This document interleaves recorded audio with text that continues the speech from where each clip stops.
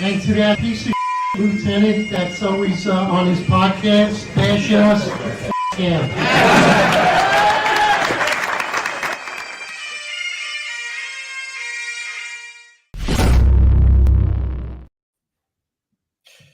June 21st, 2024. This is your 265 Police Live series. DA Alvin Bragg drops charges against Columbia protesters. This is quite interesting. You know what's interesting also? We'll read some of the excerpts from the article that came out about this incident.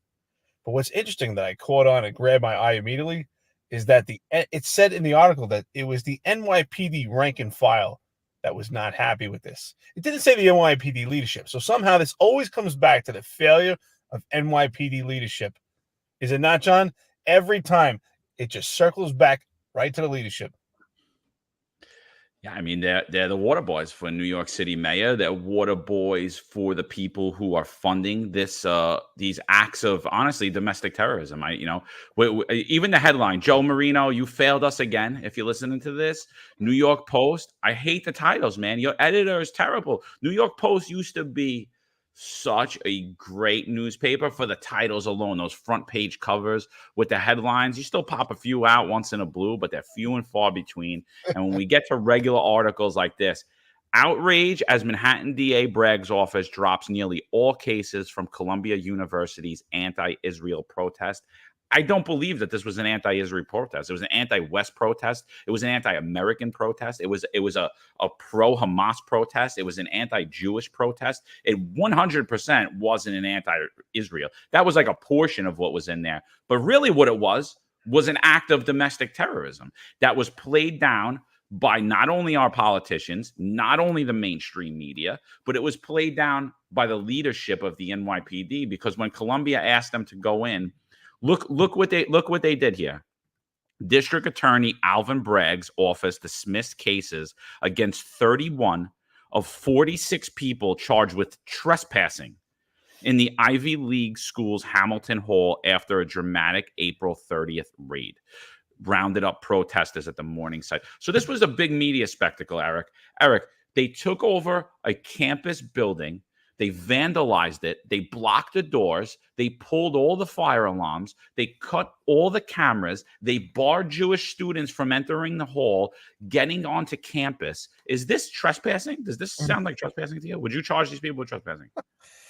You know, it's so interesting. It's so laughable that they actually even charge trespassing. It's exactly what we were saying. We foreshadowed this entire incident before it happened, while Paul Revere was on horseback, bringing the telegram for the NYPD to respond at New York's Finest Unfiltered podcast. We foreshadowed the events that are going to happen, that they're going to arrest low-hanging fruits, and that you'll see that summonses will be dismissed, and most likely the charge will not even be upheld. And sure enough, here you go. We don't have any informants. We don't have any intelligence from the NYPD other than what you're getting from the news and anonymous cops that are out there. The same information that you get is the same information that we get, but we give our perspective from silver lining and understanding of the police department.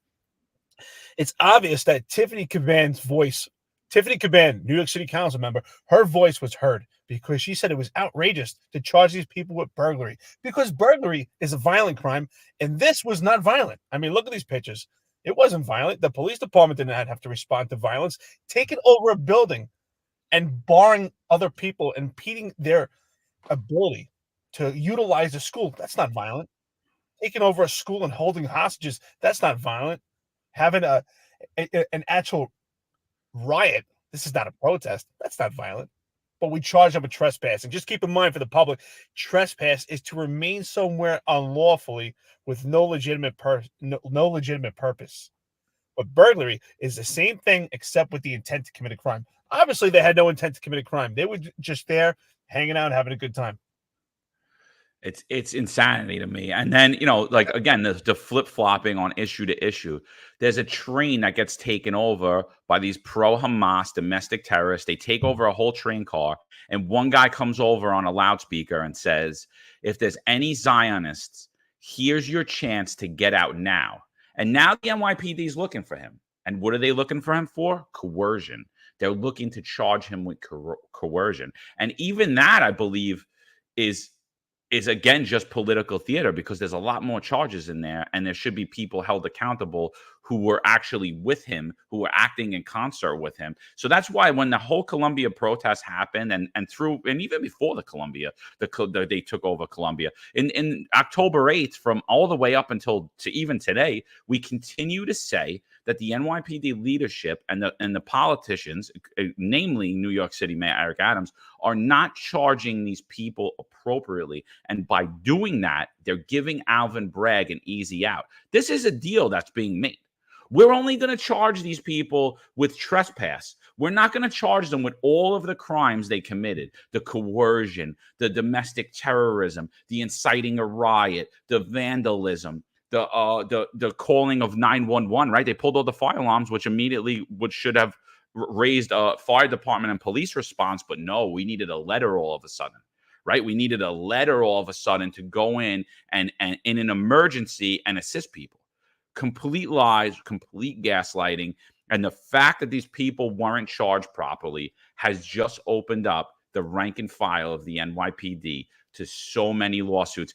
Eric, he drops cases against 31 of 46 people. They were only arrested for harassment. Now, Eric Adams, Kaz Daughtry, John Schell, everyone said this happened without incident, but actually it didn't. There was a firearm discharge that happened, right? There was an accidental firearm discharge that happened by an officer, and there were numerous injuries by protesters. And I'm not saying that the NYPD is wrong for having to use force to get these violent people out that are committing crimes and taking over buildings. I'm not saying that the NYPD is wrong for it, but the NYPD lied about that. They lied that there were injuries. People were not charged with resisting. So what happens? The DA drops these cases. Guess what happens? That is now a false arrest. They have a clear-cut lawsuit for false arrest. Well, that's why it says in that article. That's why I caught on to that. I thought it was so interesting that it said it was the rank and file who's now unhappy with this, because now the rank and file has been woken up. Thank you to New York's Finest Unfiltered podcast, because we have said it time and time again that when it comes to these incidents, these rallies, these protests, these violent riots, that's what they are. They're riots. Some of them are violent with action, and some of them are passive resistance. And what happens? The leadership fails the NYPD over and over again by gaslighting them. The NYPD rank and file goes out there and does their job as they're paid and trained to do. And ultimately, they end up with the civil liability. They end up with the financial responsibility. And ultimately, they pay the price, because now we know CCRB is sinking their teeth in as we speak. CCRB has already done self-initiated cases. We don't even have to ask them. I'm confident most of those cases will end up as substantiated CCRB cases. And you know who's also going to rubber stamp them? Your beloved former chief, Joe Fox. He's going to stamp them 90% of the cases. That's what he does. So what's the best prediction of the future is a reflection of the past. So that's what Joe Fox is going to do, a retired chief. So the NYPD rank and file pays the price for this. The NYPD leadership will not have their back. The NYPD unions will not have their back either. And ultimately, it's the poor cops with their boots on the ground that were doing their job, while Kaz Daughtry and Tariq Shepard, the Deputy Commissioner of Operations, the Deputy Commissioner of Public Information, are too busy putting up a flag while the cops are standing there now holding the liability and the responsibility. Will they stand in and back them up? Absolutely not. Ed Caban just recently spoke on a show called Behind the Badge, where he said there were no incidents at this protest and everything's running fine. And your cops right now are facing liability. Will you stand in and help them? I can predict the future. The answer is no. We will get calls to New York's Finest Retired and Filtered podcast. This is going to be the only entity that could actually help these cops. Prosecutors largely cited lack of evidence, such as security footage, obviously, because they ripped down all the security cameras, that could tie the students or staff to the building takeover for leaving them free and clear without even a slap on the wrist. The dismissals quickly drew fury from the rank and file NYPD officers, higher education officials, and Jewish leaders who spoke with the Post. Now, it drew the fury, but is their fury accurate? Is it accurate? You know, we even titled it DA Alvin Bragg drops charges against Columbia protesters. The road was paved for DA Alvin Bragg to drop these charges. If these people were charged properly, if the evidence was gathered correctly, if we went after the funders and the organizers of this, including not just the students, but the staff who helped organize this, there would be numerous charges and there would be much more evidence. But when you're just locking people up for nonsense harassment, nonsense trespassing, you're not really gathering too much evidence. You're not really doing any homework. You're not doing investigations. You're not doing anything. You're not interviewing the right people, right? They brought these people in. And how long were they in the precinct for? 2 hours, 3 hours, 4 hours the most? Probably it took longer to stage the flag waving when Kaz Daughtry, him and Tariq Shepard, while he was wearing his hiking helmet, rose the American flag in this clear-cut Twitter photo op to show that they were stormed the beaches of Normandy, and now they're taking over. They've taken over a campus of college protesters. It's absolutely ridiculous. Like John said, I want to point out what you said. It's very intelligent, and it reflects on the experience that we had with the NYPD. At a mass arrest situation just like this, and I took part in riots during the George Floyd riots that we had in the South Bronx. In a mass arrest situation, it's very convoluted. There's a lot of information going on. There's a lot of logistics moving on with these mass arrest prisoners who are in custody, get transported from one location to another location. So there is an extreme amount of logistics of maintaining custody and control, and what goes along with custody and control is evidence. And I agree with you. It's exactly what we said. We foreshadowed they would arrest the low-hanging fruits, and it would be low-level crimes and violations that would not require exactly what you said. It would not require an extensive, thorough investigation to preserve evidence. If the crimes were charged for burglary, we would have the detective squads involved. They would do enhancements. There would be debriefs. There would be interrogations. It would be a much more thorough process, and almost like preserving a crime scene in comparison to trespass, which is only a misdemeanor. And we don't know, in some cases, they may have charged trespass violation, because trespass misdemeanor is in a dwelling. But if they were charged when they were outside, it's possible they would charge with the violation, which ultimately is a summons and easily would be dismissed. It does not require any investigation at all. So, John, you hit the nail on the head with that. Absolutely. Yeah, I mean, look at the picture here. You see the citywide response team, the khaki pants kids, going in through the window of Columbia University off the NYPD's Bearcat, which I think is a completely necessary tool. I didn't know that they needed to bring it out for this case, but maybe they did. I don't really know the logistics of it. I think they did block the doors lower, so they went in from a second floor window. Good move. Unfortunately, these kids weren't trained to go through that window.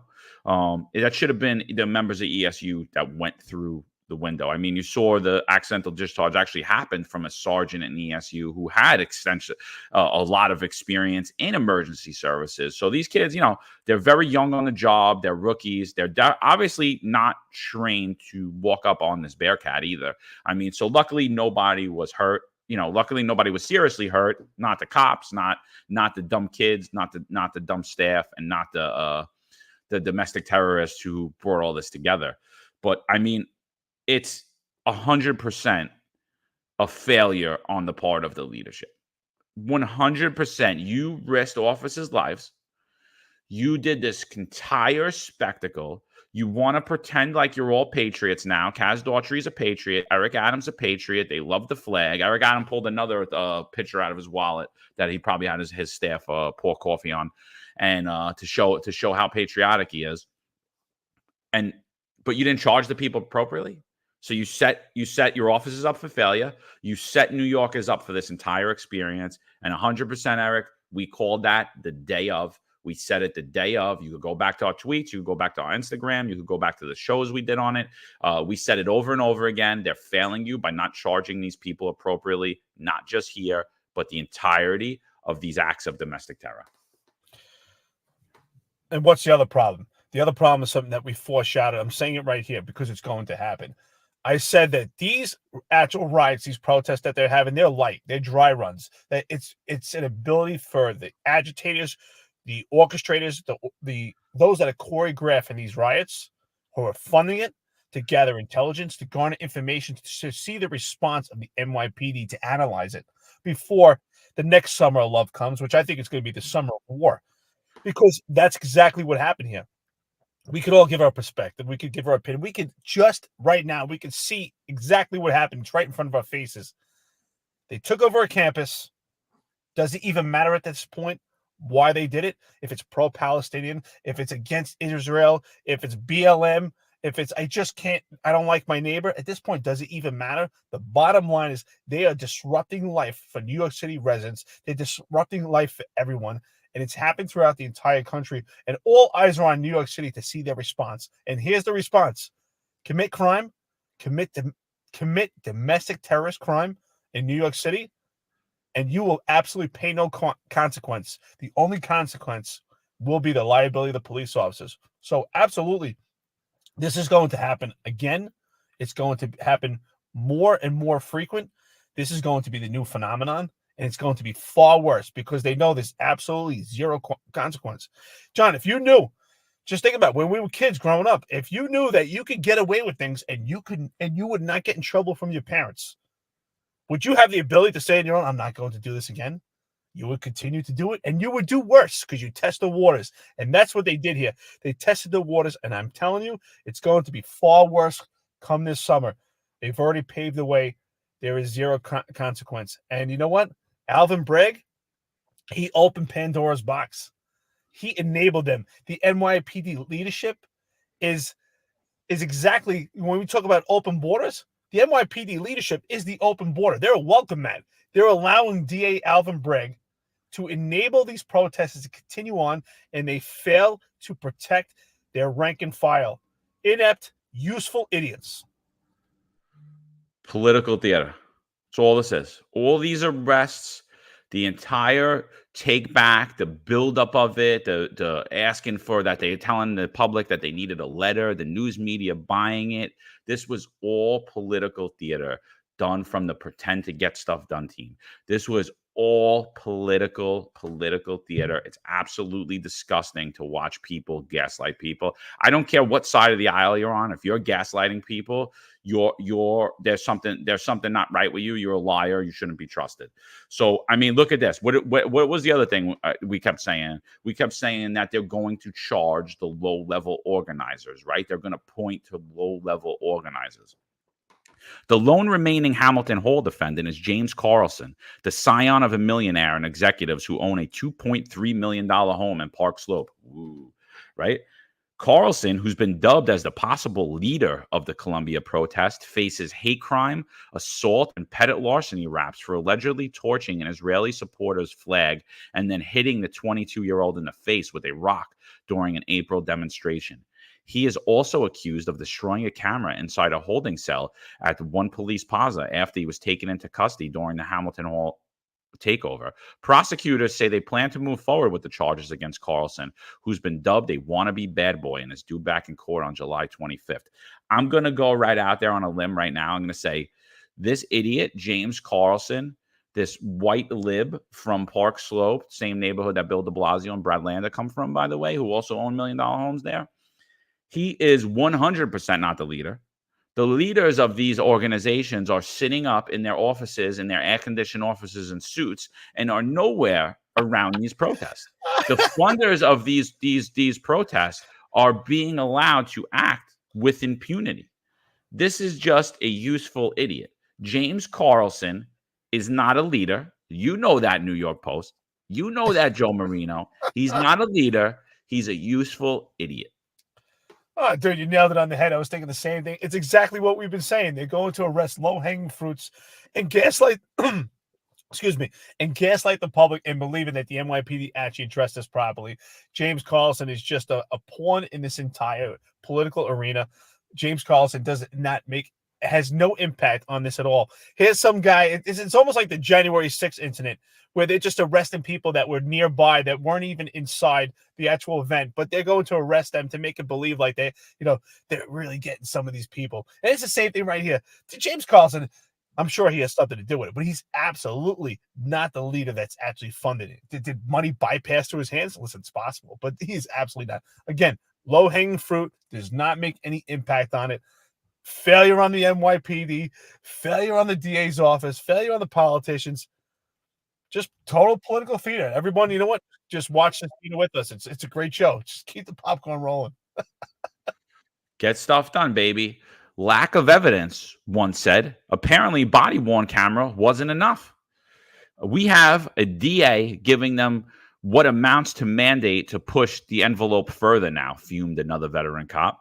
Jeshley Weissenfield, who served 15 years as a trustee on the governing board for CUNY, said it's strained belief that authorities couldn't identify anyone. I mean, everyone sees it. I just don't think that they're seeing who the real perpetrator is of this. I think, it's always falling on Alvin Bragg. And he is. He's a woke DA prosecutor. I'm not defending the guy at all. But he should have had some hefty charges placed on his desk, and he should have had to make a decision of why he wasn't charging. Like you said, it's a misdemeanor trespass, Eric. Who the hell gets prosecuted for that in New York City? You could probably go on a 20-year period, and I'm going to say nobody.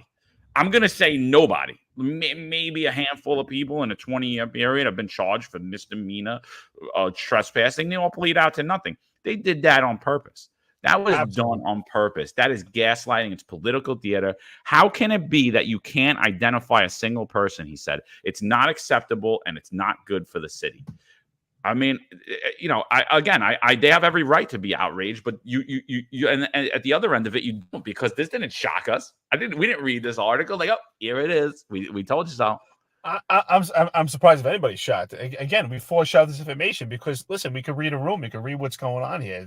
It's just, again, it's political theater. We said they would arrest the low-hanging fruits. I've never seen anyone actually convicted of trespassing. I've never even seen anyone pay a fine for trespassing.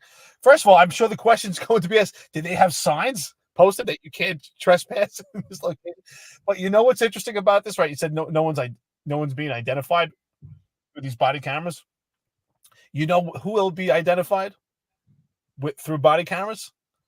CCRB. CCRB will identify police officers so that they can substantiate complaints against them. I feel sorry for the police officers that went in there and did their job. They were called upon to do the job as they were paid and trained to do, asked to bring this school back to societal norm, and they're paying the liability for it. So, Mayor Eric Adams, I'd like to ask you a question. The police officers that were involved in this incident, they're going to be charged from various ambulance chaser attorneys throughout this city. They're going to be charged with malicious prosecution and false arrest. Will they be indemnified with substantiated civilian complaints, or will they have to pay the bill and pay the price? Unlike yourself, who received an allegation 30 some odd years ago for an off-duty incident, and yet these police officers are facing potential financial havoc and financial stress. They're going to get substantiated. CCOB there's going to be huge payouts for that night. There's going to be huge payouts in lawsuits, and hopefully none of the officers will be held personally liable. But I won't be shocked if they are. And again, for you officers that are fuming, you're fuming at the wrong people. You shouldn't be fuming at Alvin Bragg. When you give a snake the ability to be a snake, they're going to be a snake. Alvin Bragg's just being who he is. Your leadership is the one that's failing you. The gamer drone kid who couldn't even pass a sergeant's exam, that kid, he's failing you. He knows that these charges, they should have been charged with much more. He knows that. Marjorie knows that. Shell knows that. They all know that. Kabani might not know that. But the rest of them, they know it. They all know. Concealer probably doesn't know it either. But the rest of them, they know it. They know what charges should have been charged. They know the same amount of charges that should have been charged from October 8th on for all these nightly things that you guys are dealing with. No, but what's their response? Their response is, let's charge people lightly. Let's charge people with kid gloves while you're standing out there in a heat wave. And they're taking Twitter photos. Their executive social media message is, give out water to the community and take Twitter photos and photo it and send it out on Twitter and on Instagram to show what great work we're doing for the community. While on the other end, they're banging you out for not having a cap device or not having a shield number on your cap device, or for one of you being in the car and not both of you out on foot during a heat wave. They're telling people to stay inside, but they got you out there in a polyester uniform, and you can't even take a break. You get one 45-minute break, 1 hour and two 20-minute breaks. You're out there for 14 hours. You'll be back the next day being out there for 14 hours again. They're coming after you. You're not seeing who's setting you up. You should be more angry about being used as a pawn and being used in this whole entire political theater than you should be at Alvin Bragg for being the progressive social worker that he is. Be mad at the people that pretend to be cops and pretend to support law and order and pretend to care about public safety in this city. Be mad at them. Be mad at your mayor. Yeah, same thing here. I want to address the cops that watch this right now. The cops, the families of cops in New York City, cops throughout the entire country. Now you have to wake up and say to yourself, wow, if you actually thought that Mayor Eric Adams was a better administration for you than former Mayor Bill de Blasio before, I'm not saying it was good before, but if you thought it was better right now, you need to wake up and see what's going on right now, because the administration that you have, the leadership that you have in the NYPD, it wasn't great before, but it's far worse right now. You have useful idiots that pretend that they care about you. Yeah, they might give you some amenities to make it look good, to keep you calm, to keep you quiet. You know what they're doing? They're being nice guys to you. We talk about that all the time. We did a recent podcast called The Nice Guy Syndrome. That's what they're doing. They're being nice to you. Oh, no problem. You need something. You need tan pants. You want to go in a nice car. You know what? Try to give you little amenities, but are they good guys? Are they really looking out for you? Because you're the boots on the ground that went to this incident. You're the one facing the liability right now. How are they only charged with trespass? The police department leadership is telling people that there were no incidents, and we know that there were several injuries at this location. We're not blaming you. It's a byproduct of this incident. You went there to do a job. How are they not charged with resisting arrest? How are they not charged with assault on a police officer? How are they not charged with obstructing governmental administration? But they're charged with a low-level crime, possibly a violation of trespass, and there's no evidence preserved for this. And not only that, let's be honest, it's a logistical nightmare in this. So if we have police officers that potentially could have charged resisting arrest, if they're only being charged with trespass, those charges probably were not administered in addition to that as well. Political theater, using you as pawns, stepping on your head to try to get out there in the media and look like who they are, right? The work we do. This is what we do. They give you a little pat on the head when you do a good job on Twitter, but really they're taking all the credit for it because it's like, this is the work we do. Like, no, it's not the work that you do. It's not the work that you do. It's the work that the rank and file does, right? The work that you do is very questionable. The work that you do has very low integrity in it. The work that you do is a lot of conflicts of interest involved in that. There's a lot. Well, not only is the leadership right now an epic fail, but their ability to gaslight the public is absolutely ridiculous, and they're like total idiots because they put up a flag at the Columbia University, making it appear to the public, taking over, you're taking the city back. This is not going to happen anymore. And who's laughing? They're laughing at you because there's going to be huge payouts right now. There's going to be a picture of you raising the flag while these people are making thousands. There's going to be millions of dollars coming out from this incident. And sure, in 2 to 3 years right now, we'll see crime pays again. Crime paid at the George Floyd riots, and it's also going to pay at Columbia University, and it's going to pay this summer as we go into, forget about the summer of love, it's going to be the summer of war. That's what's going on in New York City. And this police department, this leadership cannot handle it. And the rank and file, I feel sorry for you, because if you're called upon to go to some of these incidents and break it up and do your job as you're paid and trained to do, make sure that you document everything and you create your own crime scene, because you are going to be held liable. You make sure that you know who's the leadership involved. When you respond to the scene, you write everything down.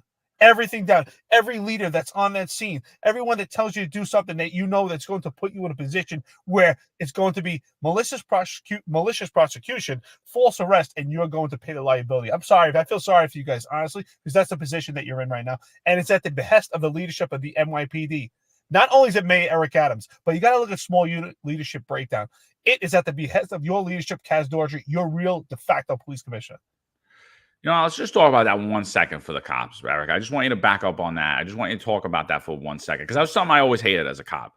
I go out, I make an arrest, I'm sitting there for 2 days, I have a ton of vouchers that I'm vouchering, and then everybody wants to come and play cop.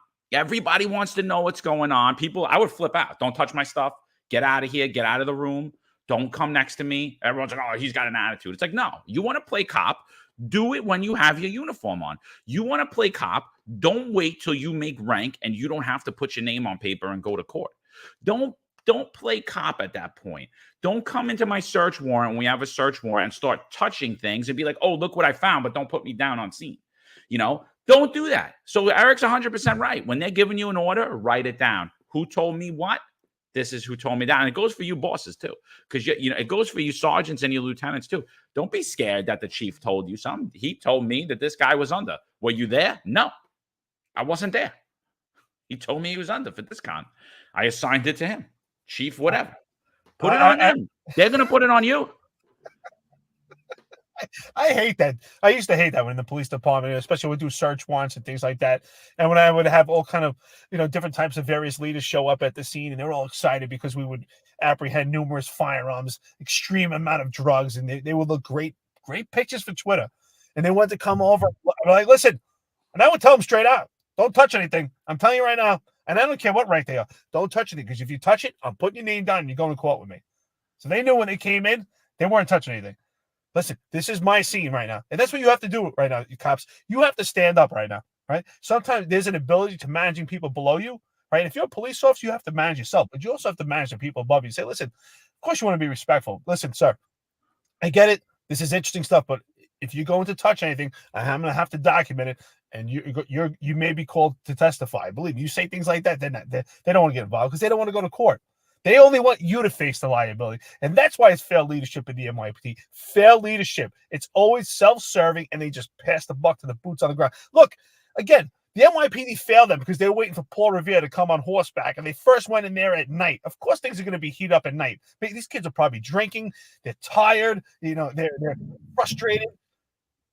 And they put the NYPD in the rank and file in this precarious position. And that's why it's so interesting that they even caught that in the article and says it's the rank and file that's disappointed with this. Of course it is. The rank and file is the one that pays the price. Absolutely. Political theater, baby. Pawns in the game. Let's show a little bit more political theater. This was my favorite this morning. I listened to a nice little speech Eric Adams gave, and I was like, here we go. Get stuff done, baby. More political theater. I want you to pay particular attention to what Eric Adams says here. I'm going to play it in a second, but he says, we've coined the phrase, crime is down and jobs are up. We are looking at overall crime numbers across the city, and they are down, and they will be increasingly down. Listen, we know it plays on our psyche when we see horrific actions of criminal behavior. So I'm going to play this for you. Listen to the whole thing and tell me this isn't gaslighting, because if this isn't gaslighting, I don't know what is. Every New Yorker. And that is what we've been focused on. That's what we continue to ensure that our city is safe and it prospers. That's why we have coined the phrase, because it's a true one. Crime is down and jobs are up. We are looking at overall crime numbers across the city. The numbers are down and will be increasingly be down. And listen, we know it plays on our psyche when we see horrific actions of criminal behavior, but we're laser focused on finding ways to continue to see our city safe, and that is what we're focused on. And despite our historic progress, we know that too many New Yorkers have been left behind. We partnered with DC 37. What do you think about that, Eric? Man, this perception reality game has been going on for a long time right now. This game is fun. Again, I feel like he's talking right to us, man. Honestly, this whole it plays games on your psyche. It's almost like this voodoo thing, and it's like let's send electronic waves to your brain so that you just believe the bullshit that is coming out of this guy's mouth. It's like, you walk into a neighborhood and you see all these crazy incidents happen, and somebody's and you're like, well, you see homeless everywhere. Let's say you walk into an area and where there's homeless encampments everywhere. And you're like, oh my God, what's going on here? Everybody's homeless. And he's like, what are you talking about? Everybody's living great here. They're living in beautiful homes. It's your psyche playing. The way you're looking at things, you're not looking at it right. This is the best form of gaslighting I've ever seen. I give him credit that people will actually believe this nonsense. And then, of course, his water boys. I thank you, John. I love the fact that John coined the phrase water boys. His water boys, his pale token white faces, John Shell and Michael Kemper and Kaz Daughtry and Tariq Shepard, they'll come along and they're going to further gaslight. He's going to pass the ball to these guys, and they're going to run with it, and they're going to continue. This brand of New York. Sorry, play it again. I don't know what that was. It's all good. It's unbelievable. It really is like he is the gaslight mayor. And if you believe this nonsense, perception versus reality game, he wants to just keep telling you that the truth that you see, oh, this is something that's going on in your head. So everyone, you know what he's saying right now, John? Everyone in New York City suffers from mental illness right now, except for Eric Adams. That's what he's saying. Yeah, it plays on your psyche. The 13-year-old girl getting raped at knife point, tied up, while her friend was forced to watch at knife point, also tied up, just plays on your psyche. It's just your perception. It's just the profilation, or whatever the hell word he used, the profilation of social media, whatever the word he decides to use. I mean, come on, Eric.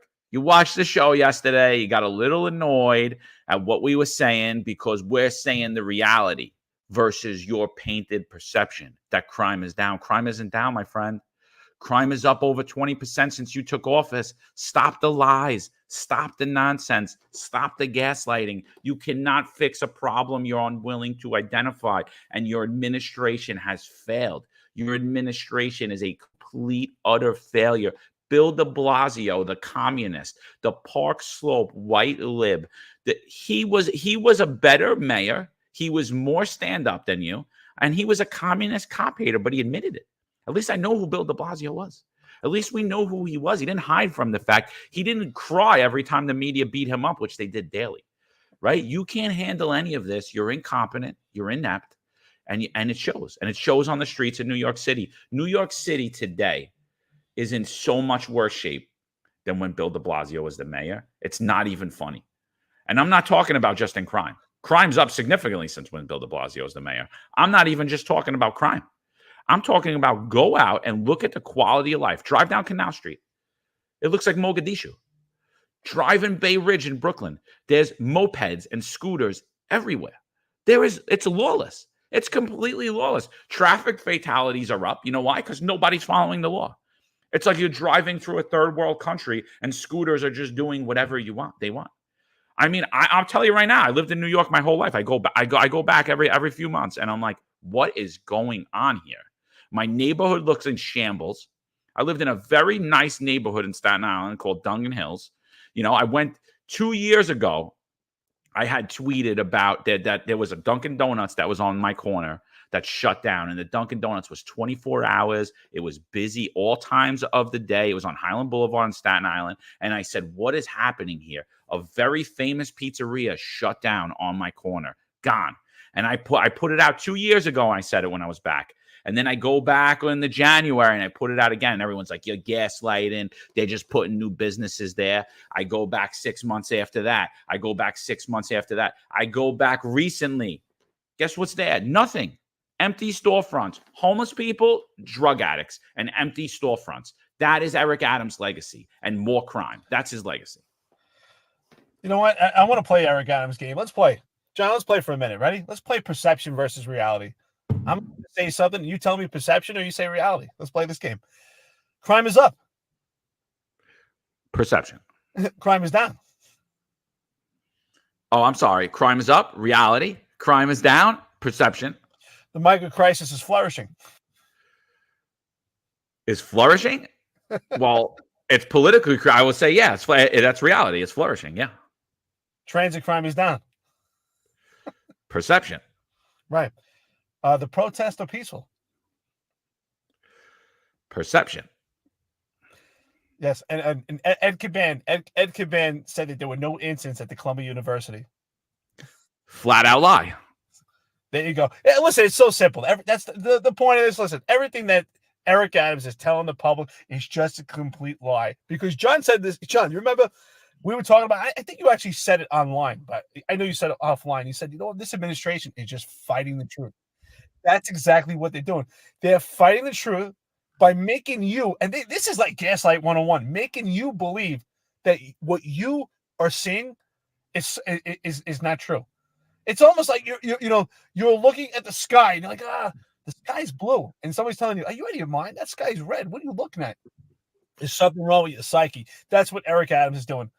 Do not let him gaslight. Again, listen, I was not a fan of former Mayor Bill de Blasio. Absolutely not. But I agree with John. He took far more pressure from the media.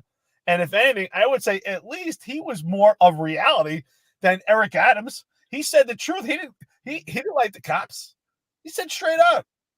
He said straight out what he was going to do, and he did it, even though it was stuff that we didn't agree with. This guy is a snake who you can't trust. He's telling you, I mean, think about it. He's insulting every New York City right now. He's telling everyone, I'm going to say it again, that you suffer from mental illness. You see a 13-year-old girl get raped, you're not seeing bad crime. Jobs are up right now. We have migrants that are going to become swimmers. Jobs are up. That's what he's telling you. This is the most ridiculous thing. John, I don't know how we could go on for hours and hours. I think he deserves some type of award. That's what I We'll talk about that in the next episode, I think. I think we'll talk about an award he won. But, you're right. You're 100% right. Listen, Bill de Blasio was an awful human being. I really believe there's a demon sitting inside of Bill de Blasio. But there's also a demon sitting inside of Eric Adams. He just plays a better game. He's better. Like Bill de Blasio, let's just go back to the mandates. He's licking his fingers. Ooh, so I get free fries if you take this? Oh, wow. And could I get a cheeseburger option if you take this? And he's coercing kids to families to put something in their kids' arms that they don't need, by the way. And it's been proven medically, and it was already proven at that time. And then he's on news channels going, you know what happens? You just take people's jobs. You take their ability to earn. You take their ability to go eat. And guess what happens? They're going to listen to you, right? He went out. He said it. He had no problem with it. This guy goes to a town hall in Staten Island, and somebody asks him a question. How are you saying that these illegal immigrants should work when there's New York City residents that you forced out of careers, like myself, and you're not trying to put them back? You're spending more money in lawsuits to fight them than you would if you just reinstated them and compensated them and gave them their back pay and their time back. And he said, "Oh, that wasn't me. It was something the previous administration did." Guy's a snake. You walked in as the mayor on January 1st. I would have been like, oh, yeah, Bill de Blasio, everything he did, I pulled it all down. We're opening business back up in New York City. Whoever got denied religious exemptions, whoever got fired because of this mandate, whether you put an exemption or you didn't, come back, you're reinstated, back pay, time, and we'll even throw you a little something else.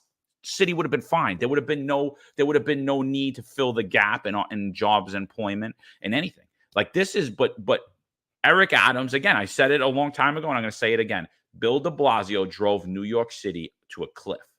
Eric Adams jumped in the car and pressed the gas and took us off the cliff. Eric Adams is a fool. He's an idiot. Eric, I know you're watching the show. I know you have all your people following us all around. I really don't care, bro. Come on the show. Tell us what you think. I'll be in New York City shortly. I'll be there in a week. If you'd like to meet, you want to have coffee, I'm a gentleman. We could sit down and have coffee, go through this. But I won't be gaslit. I won't let myself be gaslit by you or anybody else. You're lying to the public. You're lying to the public. New York City is worse off, and it's worse off because of the things that you enforced and things you implemented. I want to use the event you were talking about when he was sitting there eating his burger and fries, and just to make a comparison of what's the difference between Bill de Blasio and Eric Adams.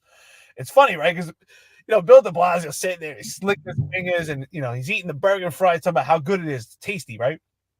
But here's the difference between Mayor Eric Adams. Not only would he sit there and have the burger and fries in front of your face and lick it, but he would tell you this burger is vegan.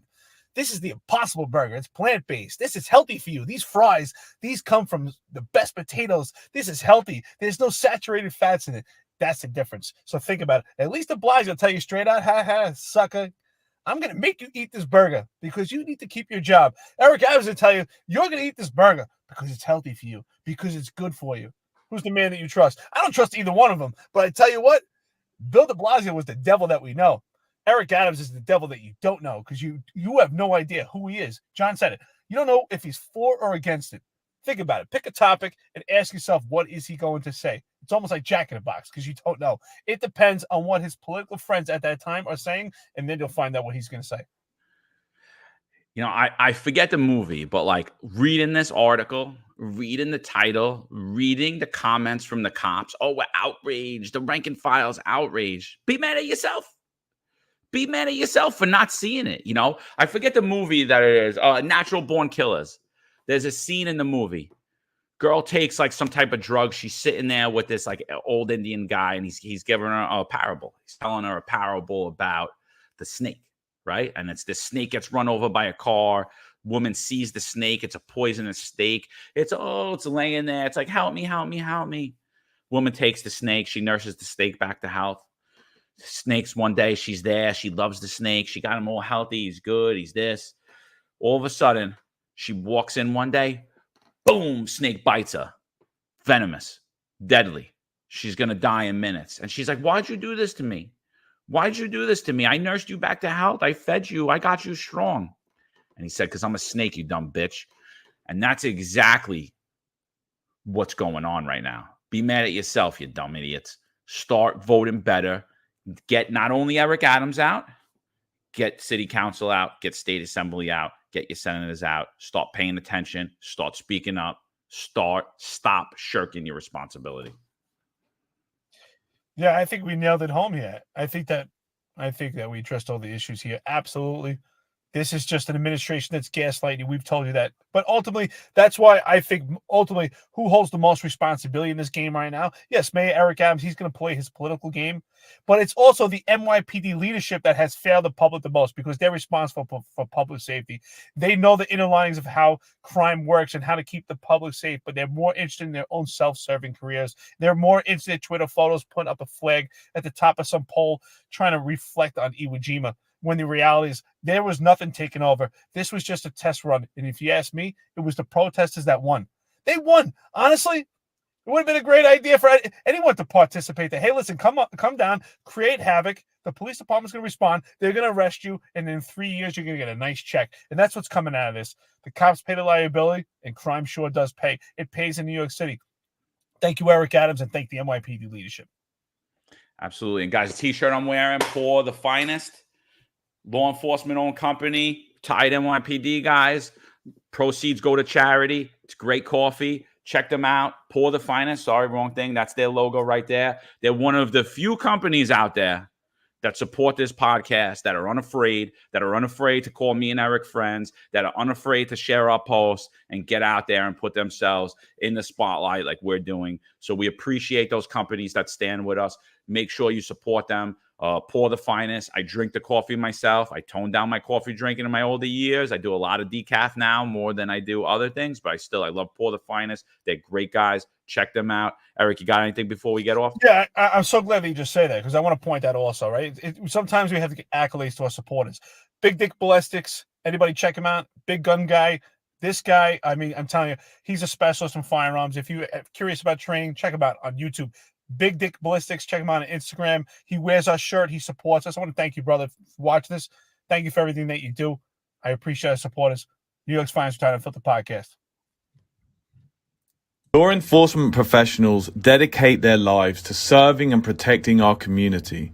But who's protecting their financial futures? That's where Laidlaw Blue comes in.